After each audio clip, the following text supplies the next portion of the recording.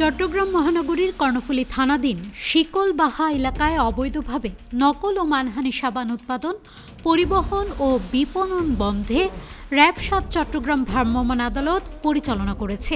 এই অভিযানে র্যাবের সঙ্গে যৌথভাবে অংশ নেয় Bangladesh standards and testing institution.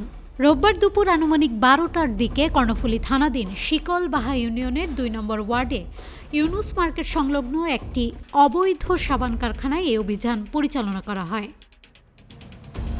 অভিযান চলাকালে ঘটনাস্থলে স্পট ব্রিফিং করেন র্যাব-৭ পতেঙ্গা চট্টগ্রামের অধিনায়ক লেফটেন্যান্ট কর্নেল মোহাম্মদ হাফিজুর রহমান জানান, এবং যে দুজনকে আমরা পেয়েছি তারা আন্ডারে তাদের ব্যাপারে আমাদের ম্যাজিস্ট্রেট তারা কাজগুলো গোপনে পরিচালনা করছিল এবং এখানে যাদের দুজনকে পেয়েছি ওরা দুজনে একই কথাই বলেছে যে রাতের বেলা লোকজন এসে তারা সাবান তৈরির পরবর্তী কাজগুলো এবং সম্পন্ন করা প্যাকিং করা এই কাজগুলো তারা করে।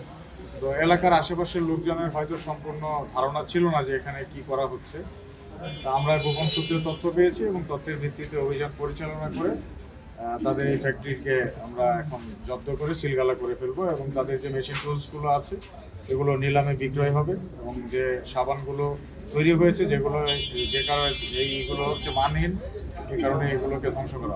জানা গেছে কারখানাটি সলিড কর্পোরেশন নামে ইউনিয়ন পরিষদের একটি ট্রেড লাইসেন্স ব্যবহার করলেও বিএসটিআই এর কোনো অনুমোদন বা মান নিয়ন্ত্রণ সনদ ছিল না।